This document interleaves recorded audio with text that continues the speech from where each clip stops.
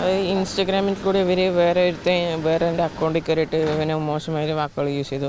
അപ്പോൾ ഇവന് വേറെ മോശമായ വാക്കത് അത് സ്കൂളിൽ പോയിട്ട് അവൻ്റെ മാമൻ സ്കൂളിൽ പോയിട്ട് സോൾവ് ആക്കി വിട്ടത്. പിന്നെ അന്ന് ചൊവ്വാഴ്ച ടീച്ചർ ഉണ്ടായിരുന്നില്ല. പിറ്റേ ദിവസം ഇന്നലെ മിനിങ്ങാന്ന് ടീച്ചർ വന്നിട്ട് എന്താ കാര്യം ചോദിച്ചാൽ കാര്യം പറഞ്ഞു കൊടുത്തു. ഇത് കുറ്റമാണ്, 1.5 വർഷം ജയിലിൽ കിടക്കണം, ഇല്ലെങ്കിൽ 25,000 രൂപ ഫൈനാകും, അങ്ങനെയൊക്കെ പറഞ്ഞത് മുമ്പിൽ വെച്ചിട്ട് പറഞ്ഞു. സൈബർ സെല്ലിനെ അപ്പം തന്നെ വിളിച്ച് പറഞ്ഞു.